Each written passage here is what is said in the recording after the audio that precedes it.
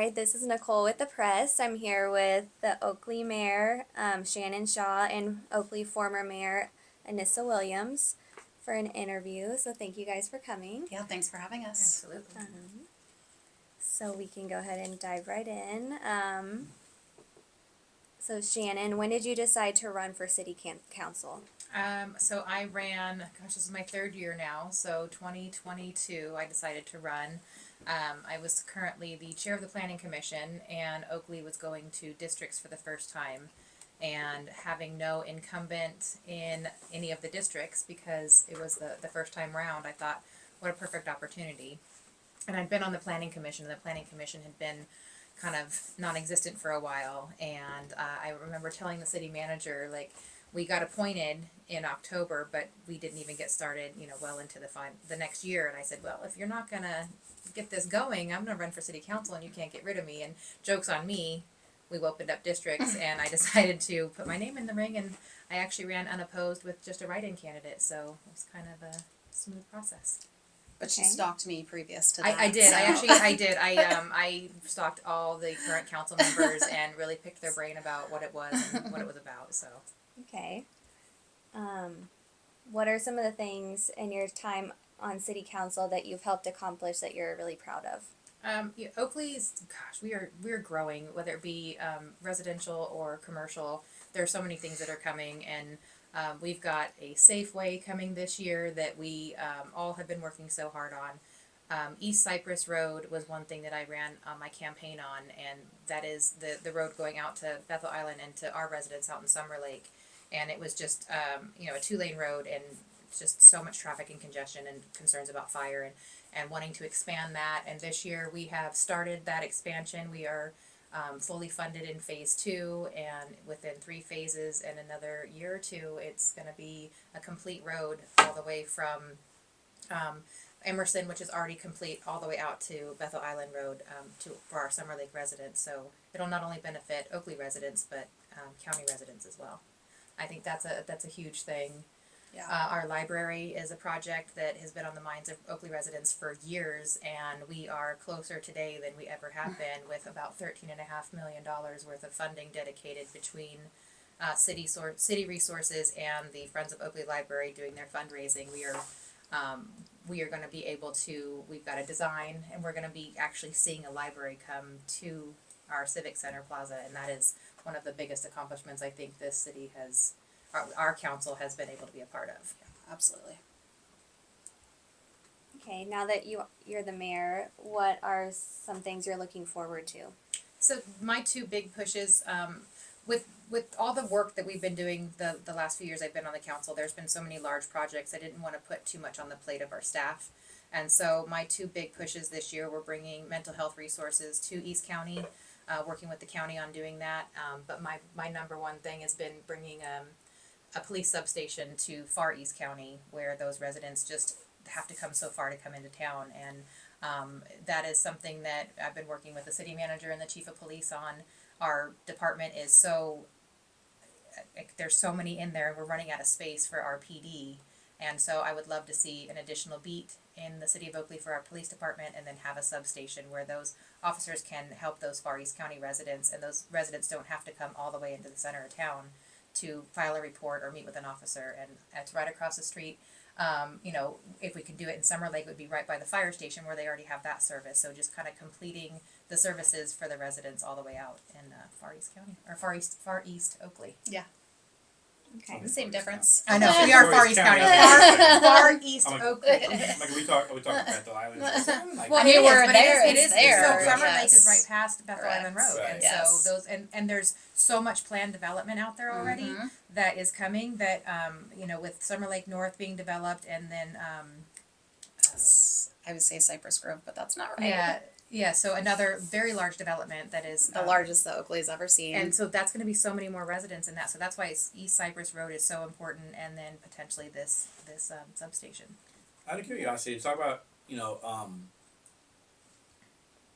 managing that, going that far out to because people kind of forget about Bethel Island, Jersey Island, stuff like that. We talk about just the challenges of having an area so far out, really so far away from the main part of the city itself. Right, and so that was something through the county. That was before we were incorporated, that Summer Lake was put into place, and Councilmember Williams can speak on that, cause she's been on the council a little bit longer. Yeah.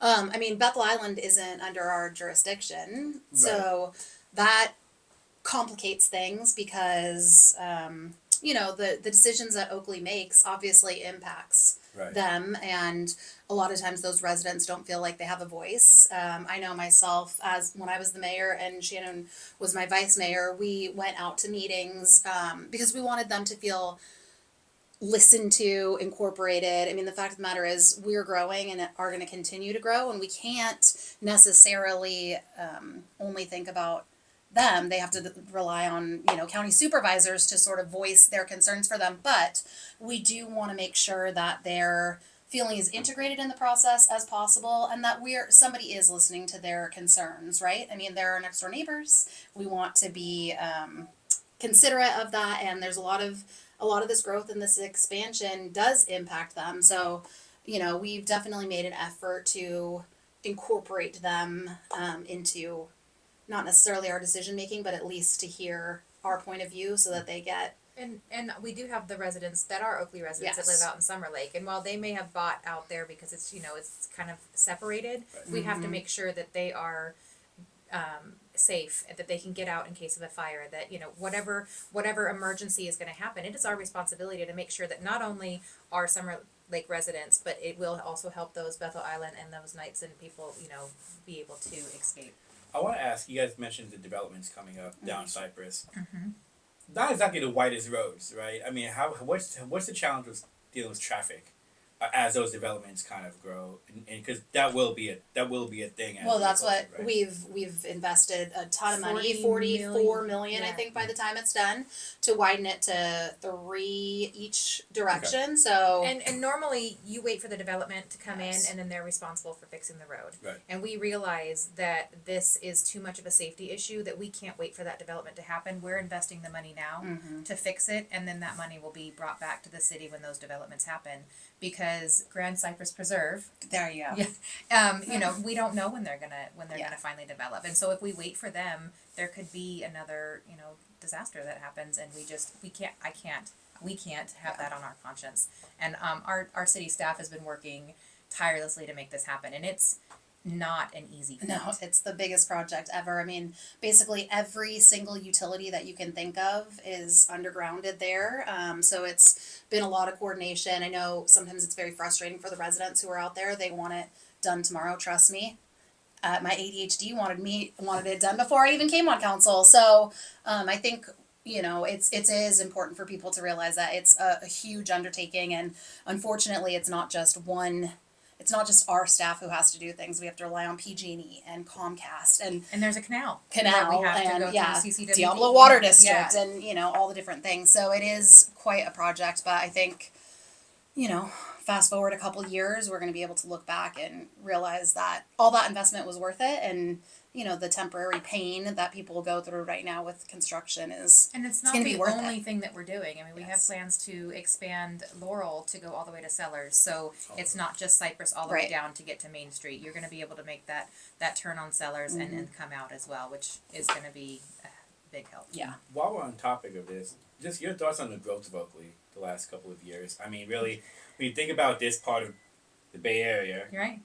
Bar stops at Antioch, but this part of the Bay Area, it has really, the last 5 years, it's really exponentially grown a lot.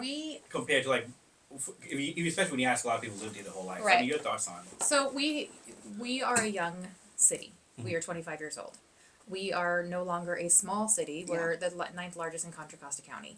However, we are about a little over 45,000 residents now, and we have an expected build out of 70 plus. Some of the other cities have already gotten closer to their build out, and so development is going to be a little bit slower. Not to mention the housing needs and the state requirements for having to do housing. So is it what I want to just blow up, Oakley with a whole bunch of housing? Not necessarily. But what we do have is we have a need for people to live here because we want to live here. We shouldn't be the last people to. There has to be smart development. It can't just be all $1 million homes, and we need a variety of types of housing. Oakley has the majority single family homes, and 91% yes, single family homes. This is something Councilmember Williams has talked a lot about. But we, I have 3 grown children, and I have one that has the ability to afford to buy a home here, and my other 2 cannot. They have to go outside of Oakley to be able to afford something outside of moving out of your parents' home and being able to afford a single family home. Mm-hmm. So we need to have a variety of housing, but what I need the residents to understand is growth is going to happen. Mm-hmm. In stagnant cities, we can't just stop and we can't just say we're done today. We love it the way it is. And trust me, I moved here because Oakley is what it is. Mm-hmm. But we can't stop development. It has to continue. And if we don't do it, we'll be forced to do things that the state will make us do that aren't necessarily the way we want to do it.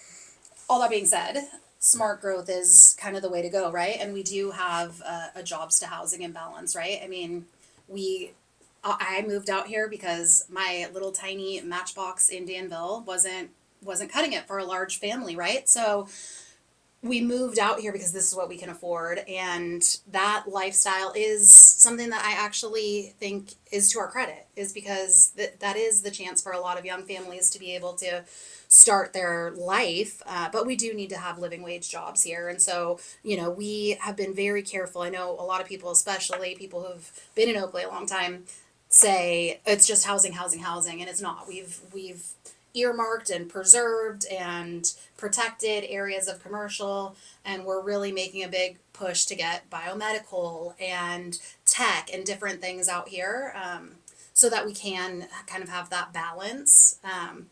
Because I agree, I feel like we're very saturated with the single family homes, which I know our residents don't want to hear because those are the types of homes that they want to continue. But again, it doesn't, those aren't starter homes anymore, right? When the starter home is at $750 and our median income can support a $500,000 home, then there's a mismatch there. So. Mm-hmm. But the jobs housing imbalance is probably our largest issue. Yeah. I mean, it's just, we've got to get jobs out here for our residents. Okay. Anissa, what should people know about the Oakley mayorship? What are some ways Oakley approaches it differently than other cities? So, we're a rotating mayor, which, it's kind of split in Contra Costa. Right around us, obviously, both of our neighbors are elected mayors, but every place else in Contra Costa really is a rotating mayor.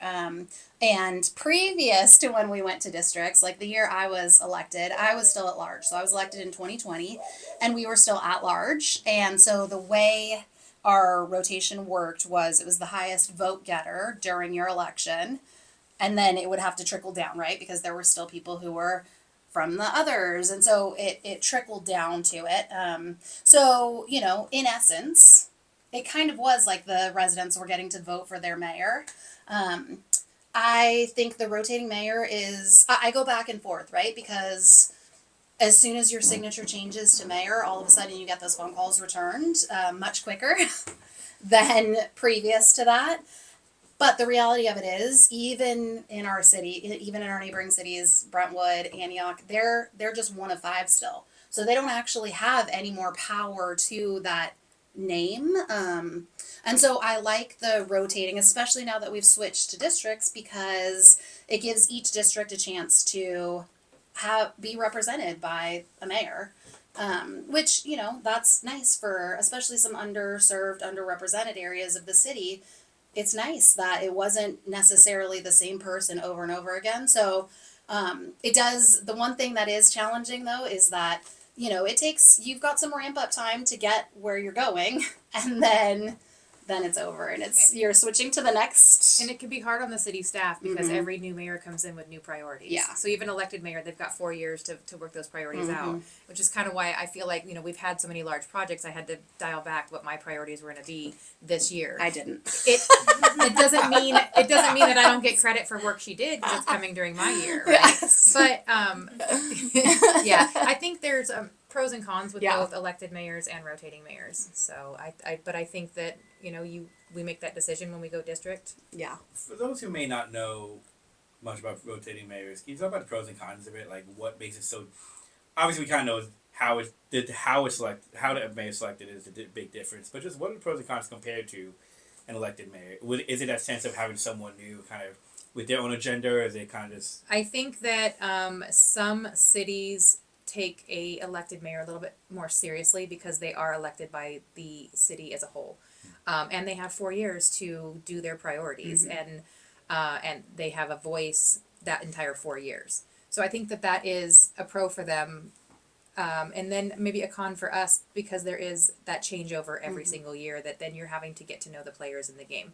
I was very, very fortunate as vice mayor for Anisa because she dragged me along to absolutely everything that she possibly could. So I got to go to mayor's conferences and I got to go a lot of the to the events where I don't think that always happens with the vice mayor.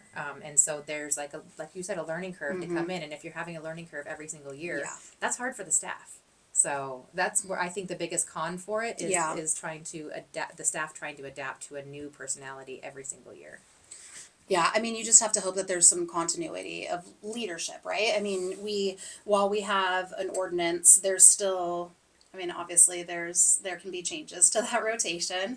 So, you just hope that there's that continuity that's happening, right? Like, as Shannon said, as my vice mayor, she gets to continue some of the projects. And I did the same thing when I was the vice mayor for the previous mayor. So you get to continue some of that stuff.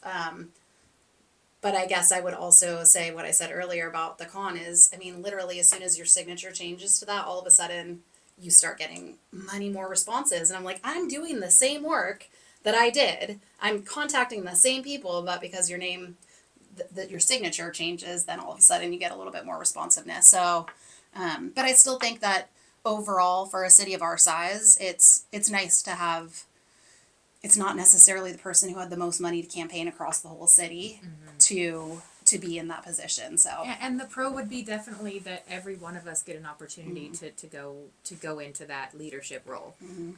Where in other cities you'll have, Brentwood, for instance, they have a vice mayor that's a 2-year rotation. And so someone may never be able to get into either one of, to get into that vice mayor position. Right. Other ones, they rotate their mayor pro tem or vice mayor annually, but they just don't ever feel like they get to kind of transition into that leadership role. And so I think giving everyone the opportunity to really is important. And every district gets to feel like somebody from their district, somebody from their neighborhood, right. Gets to be the mayor. And it's just a title. We're still 5 votes. There's no more responsibility other than, representing us at a regional meeting. Our votes don't have any other weight. And I think that's what people don't always understand. The mayor is a title. We run the meeting. We may have a little bit more contact with the staff, and a little handful more committees, but at the end of the day, I can vote one way on something and the other 4 can be, I don't have any more authority. It's a lot more balanced compared to like a hierarchy, for lack of a better term. Some cities, the mayor handles setting the agenda. We don't do that. Even if even when we are mayor, I think there's a couple little things that'll come to us, like there's a proclamation or something that we want to do. But some mayors take that, or some cities take that mayor role and have a lot more. And I think even if we had a elected mayor versus a rotating mayor, I think the way that we do it in Oakley is we let the staff lead kind of the timeline on how things come up, and instead of pressing them and overworking them. Anissa, what are some of the things you accomplished last term? I think you touched on some of that already, but and what are you most proud of from your term? Yeah, I mean, I think there's so much, like I set out when I was running, the whole reason I ran was because COVID happened. I was bored. I was furloughed from my job because it was flying to New York every week, which airplanes weren't really doing that anymore. So I really became a very active community organizer. I was trying to connect people with the needed resources.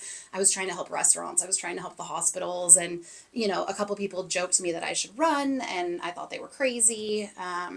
But there were some things that I was seeing in the city that it just didn't feel like I wasn't being fed the information that I wanted to be fed. And so I really set out to make government very transparent. And one of the things that I started doing once I was elected was I would do my meeting recaps. I tried very hard to keep them very on unbiased and sort of just say, this is what happened. Reach out with any questions. And the amount of feedback that I've gotten on that, something that seems so small and so little, has been really something I'm super proud of. And, you know, times when I'm tired, it's tough for me to write all the notes and things, but I know that there's people who are depending on that because that's kind of how they get their information. Unfortunately, Oakley is not a city that does hybrid meetings, so they can stream it on YouTube and they can watch it live, but there's no interaction. And that's really hard for me because I'm a working mom of 3 kids. I should be making dinner at the time that these meetings are happening. You know, my husband's commuting home from work. It just makes it really difficult. And so that's one of the challenging things is how do we get the information to the people who need to participate, right? Oakley's average age is 35. So who's that demographic? And we're not reaching them. We're not having them be interactive. And so I think the meeting recaps are probably something that wasn't something I introduced in my mayor year. In my mayor year, I fought for a couple different things as far as some different funding sources. So we had a senior center that was in trouble. So we worked to get them funds. That was technically when I was a vice mayor, but we worked with them to get, to help them stay afloat. And we did a bunch of small business grants, and there's still a project out there where I've challenged the staff to figure out a way to continuously fund those, because going back to the earlier thing that you were talking about with our development, right? Like, one of the reasons that I ran is because what is Oakley known for? Storage units, gas stations, fast food, right? So I helped to work from the instant I was elected to have a zoning ordinance brought in. It's not quite what I want it to be. It's still a little bit too loose, but we've put in a lot of work. And in order to sort of combat that, you need to have incentives for the businesses that you do want, right? Like Oakley does a great job of marketing us. We're on our economic development website is, you know, go look at any other cities. It is active. Our team is working, but there still needs to be sort of that push to get some of those other kinds of businesses. I really envision Oakley as, we don't need another Target. We don't need another one of those big box stores. We want something that's small and unique and a reason for people to come to Oakley. So, you know, working on small business grants and figuring out an evergreen funding source for that was one of my big priorities. So, that's not going to stop. To be continued. Yeah, to be continued, exactly. But with the development and a lot of the misconception on the city doesn't have a right to say what businesses come here. We have zoning, and then a lot of the lots that are commercial, they're vacant. And so, like she's saying, is to bring a business here, it's those large corporations that have the money that they can build from the ground up. We don't have a lot of lots that are already pre-developed that then they can just come in and do their business. And so there has to be an understanding for the residents to know, like, we cannot say we want, you know, just a bread store here, or we want, you know, certain commercial.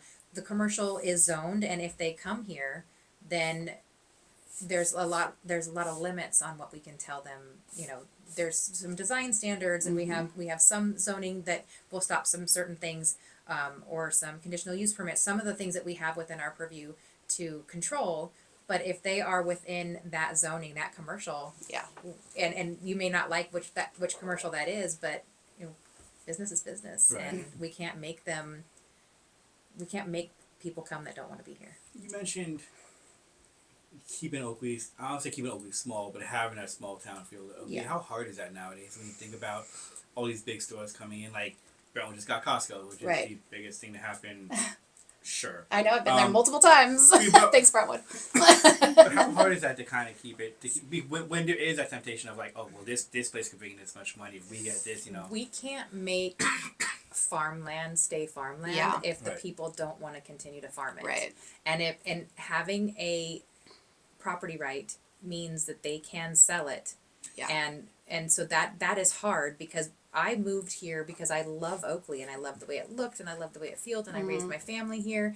But we can't force farms to stay that as much as we want to. those that want to, we want to do whatever we can to support them. We just passed something where smaller vineyards can do wine tasting rooms. Right. We want to keep that small town feel as much as the next. But what we can do is we can dictate our downtown. We can bring, Anissa did an amazing job with the 25th anniversary last year, and then all the activities we had wine stomping at one of our events, and horse carriage rides, and all these things, and then that was all her. We can do that. We can still bring those things here, but we can't force farmland. We can't force people to continue to farm their land if they don't want to. Yeah, I mean, I think that's super valid. The only thing that we really can and do, and we take it very seriously, is we try to preserve all those little areas of small town charm, right? I mean, just wait for Christmas this year. We're gonna do it's gonna be a Hallmark town. I'm telling you, we are creating a little Hallmark town there. So that's the stuff that we can do. And, I do think it's good. While all 5 of us are very different, I think most of us sort of see that vision that, yes, we need the balance of the business. We also, as the mayor pointed out, we're a baby town, right? So we don't have those buildings because we've only been around for 25 years. And because we're so young, the county also gets to keep a lot of our sales tax. A lot of our tax revenue goes to the county still because it was the agreement to become a city. So, I think we keep in mind that we need to have a balance because we need to bring in that sales tax revenue. But once that commercial land is gone, it's gone. Yeah. Like, there's very few businesses when you're talking about the corporations that are going to keep turning over, right? So I think we do a really good job of just trying to make sure, and that's why, while that zoning ordinance that we passed is not quite what I want it to be, it gets us way closer. It's better than nothing. Yeah, exactly. I mean, otherwise we could have just given everything away to storage units and gas stations, and now at least there's a limit to it. And there's parts of the city that need gas stations, right? I know the Cypress residents don't want to see another gas station, but on that side of the street, there isn't a gas station that you can get to. So I think in certain situations, it does make sense. But I think we do a really good job of trying to, and again, we also have this overarching, like, those types of jobs are not bringing the jobs we want, right? We need some sort of healthcare. We need biomedical. We need some tech. We need some of those. And if you've given away all of your commercial land and then you start eking away at the industrial, then we don't have those options. So I think we do keep that in mind as we're making decisions. But as she pointed out, besides zoning, there's not a lot we can do to stop a business from going there. Right, and we have an amazing project coming up, the Bridgehead Industrial Project. I challenge you guys to look at it, or anyone listening. It's going to be, it's not necessarily small town feel, but it's going to bring something that Oakley does not have. Yeah. I mean, it's thousands. I can't even remember off the top of my head how large it is. If you look at the Amazon Fulfillment Center, it's bigger than dwarfs. Yeah, it will dwarf it, and so it's going to bring this opportunity for different types of jobs here. So is that necessarily small town character? No, but is it something that the residents will be able to benefit from? I believe so. And when residents want a small town feel, and I agree, I want it as well, but they also still want the services, and they want that large library, and then they want that shopping, and then they want the police services and the fire services. That all comes at a cost. And so to balance that is a challenge that I had no idea how big of a challenge until I was in it and elected. Yeah. And so you don't know until you're here. Right. And nobody prepared me for it. Yeah. And the decisions that you have to make, you can't make everybody happy. Yeah. And as long as you're making the decisions that you think is best for the city, and listening to the residents, as well as listening to the staff, as well as making sure you're maintaining your budget. I mean, there's just more layers than just, just making that town, that street happy that day. You have to really consider everything. Yeah. Right. And I think that we're doing a really good job with that. What are some of your priorities going forward now for this term? Your turn. Yeah. Tough question. I might not have another term. Yes, yeah, right. I mean, I just started my second term, so I mean, I think I wrestled with whether I was going to actually run again. Not because I didn't. I found the thing that I'm passionate about. I actually am back to school for a master's degree to get my degree in public policy, because I see the mechanism and what that enables, and I want to be able to do more. But I still wrestled with whether I was going to do a second term. One, because I don't want to be somebody who becomes complacent, right? Like, I don't want to be somebody who just sits there because they like the title, or the prestige or whatever it is that comes from it. I wanted to make sure that if there was somebody who was eager and was going to really make a difference, that I wasn't staying in their way, by being in that seat. But it turns out that one person pulled papers but never turned them in. So, I felt sort of obligated that I needed to continue. And it is such a long process to get stuff done. That is probably the most frustrating thing for me about government. Is it's such a frustratingly long process. Like, I talked about the zoning ordinance. I think it took 2.5 years to even get it to a place where we could all vote on it. And that's a long time.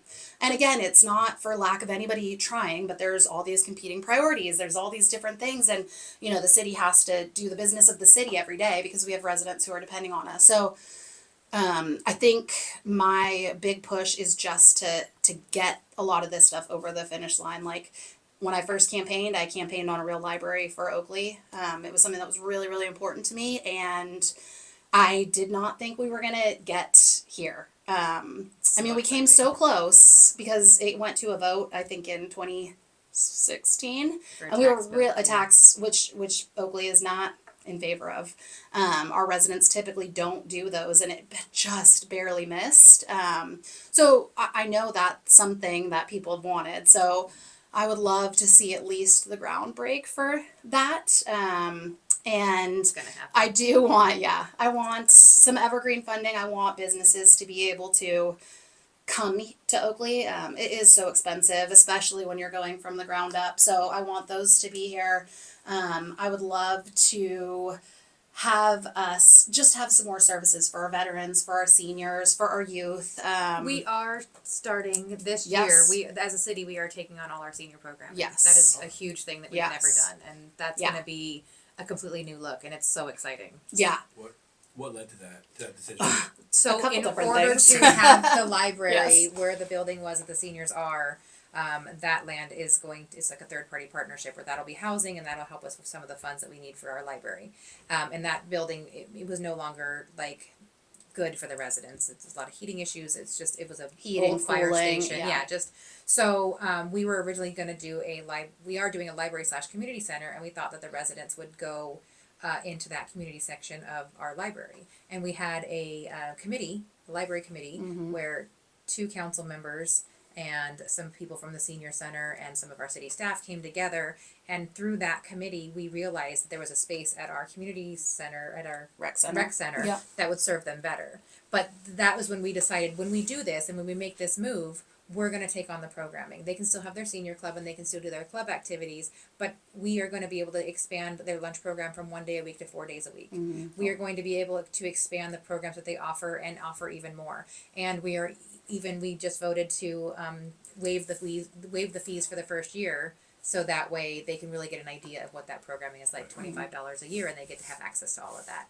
We get to integrate them with the kids at the rec center, and kind of like do some mixed age activities. And so it's something that I feel like has been a long time in the making, and it's going to be super exciting. Originally, the senior, it's a nonprofit that runs it, and they've done a phenomenal job, right? I mean, they've been the senior programming for this whole time for years and years and years. And COVID really set them back because they weren't able to do a lot of their fundraising mechanisms. They weren't able to do a lot of their in-person. And so, their membership has been a little bit challenged, but they're also just volunteers who are trying to do this. So, like, imagine having to be responsible for opening the building so that class can happen each day.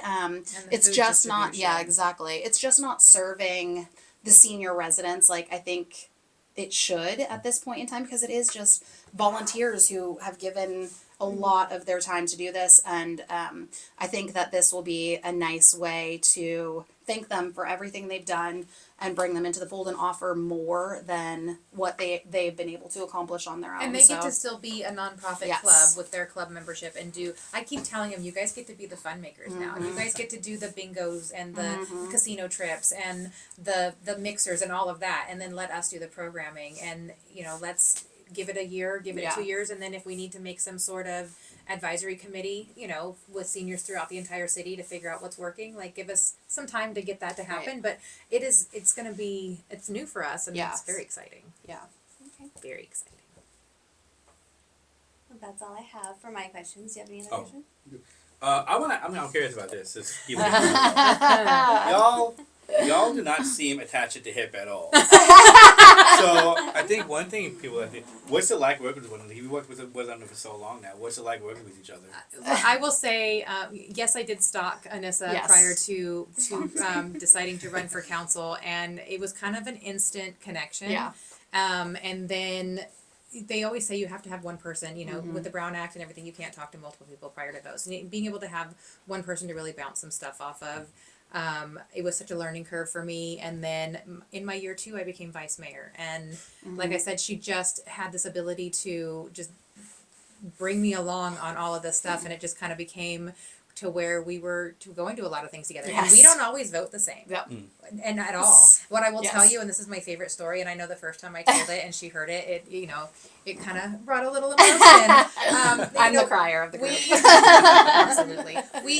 There was a pretty big vote in the very beginning of me being elected, and we voted completely different. And there were some people upset about the way that I voted. And I found out that when I was not there, and some people were kind of explaining their displeasure to Anisa about it, while she didn't vote the same way, she knew why I voted the way I voted, because we do work so well together. And to have somebody defend me in a room that had a completely different view of how that vote should have gone, that's just when I knew that this was just kind of a lifelong friendship. What's the one biggest thing you've learned from like your time working with her? That you kind of take into your mayorship now. Well, it's so funny because I feel like it's been a dual educational thing. Like I always say, have to have a tough skin. Yeah. And I think maybe that was more of a conversation that I was having from my side to hers. Yes. But then I get in mayor and I'm like, remind me again that I need to have a tough skin. No, I learned to be vocal. I fear public speaking, and I know that's strange to say that getting into the role, getting elected at all. But podcasts help, just so you know. they do. This is great. But just speaking in general, and so in the beginning, I didn't want to be that council person that was quiet. It's okay to defend your vote. That is something that she taught me. It is okay to engage on social media. I made it a priority when I got elected, and even more now that I'm mayor. I take every single meeting, even the really uncomfortable ones. Yeah. I had somebody ask me just a few weeks ago if I would come meet with them to discuss an upcoming project with a few neighbors. I get there and there were 25 to 30 people there. And I could have just walked out and been like, this is too much. But I sat there for an hour and a half and I just took every single question. And just engaging, transparency has been a huge thing. And I've always been a very transparent person, but just knowing that I can respond to somebody online, or I can have that conversation in a grocery store, or sitting at dinner. My husband just kind of rolls his eyes because he's like, we can't go anywhere. Yeah. But I'm okay. I want to take those times because, like you said, then not everyone can come to a meeting. And so if that is their time to come talk to me, or if they say, hey, can you come have a conversation with my neighbors, I'm going to do it. And the one thing that we did, which was amazing during your year, we had to meet the mayor and vice mayor, where we took a day at City Hall and we just let anyone come and ask us any questions. And it's something that I want to continue. Open office type of thing? Yeah, Yes. but I want to continue it, but I want to do it district by district. Yeah. Right. So as mayor, I can go, okay, in this District 2, we're going to, or District 3, we're going to do, your District 3. No idea. I think what I've taught her is how to read it. No, I haven't taught her how to read a map. Have not taught me how to read a map. But She's attempted. I am the map reader in this duo. But just, I would love to do it in every district, right? And then just really get out there with the people. And we go to a park for National Night Out, and people are complaining about this park being bad, and I wanted to run away at first because I was like, it wasn't me. I didn't do it. This Yeah. was before I was on council. But you know what? Like giving people a voice, that is something that Anissa has taught me. Just sometimes people just want to have a voice and Yeah. they want to know that you're listening. Yeah, and they might not agree still, right? Absolutely. We may make a vote after I've talked to them and they still may not agree, but it makes a huge difference when you can explain the why behind something. Yes. And the before, sometimes you can't always explain, Right. because we can't make a decision until something comes before us. We have to Yes. hear everything. Yeah. But I'm okay talking to people beforehand, and I'm absolutely now okay talking to people afterwards. Yeah. And before, it would just kind of be like, well, this is my time at the dais, and that's all I've got. Yeah. And I have learned that that's not the only time that I have. So. What's it like watching her grow into the position? I I'm someone who's done it and someone who's kind of really trained at it. What's it like now seeing her take the throne, so to say? Yeah, I mean, we always just worked so closely together that none of it is surprising to me, right? I mean, we did a bunch of things together. I saw the potential. She's the first to volunteer for, I mean, not only do we do this crazy city thing, but we also want East County to be represented. So we're the first to sign up for every committee, commission, organization, because we want to make sure that we're not just this forgotten about, right? Because I think that's sometimes when we have some of this stuff shoved out our way, right? All the housing, all the fast food, all the gas stations, because we haven't been vocal enough outside, right? So a county like Marin thinks they can impact and put a lot of stuff that if we had been represented in that room, potentially there would have at least been some discussions and back and forth. So long-winded way of saying none of it surprises me because I watched since she came on council, really. I am, everything. I'm impressed with the way that she can take pushback. That I think was something that's hard. It's hard to do, and you don't know how you're going to react until you're in the situation, I think. I don't think there's a lot of training or groundwork, and there is something that changes, right? Like, I knew when I was the vice mayor, I approached things a certain way, and I assumed I was going to carry that into my mayor year, and then you get there, and sort of the weight of the responsibility may make you rethink some of that stuff, and so it's always interesting to watch how people make that transition, but it's been, flawless and I never doubted it, so. So nice.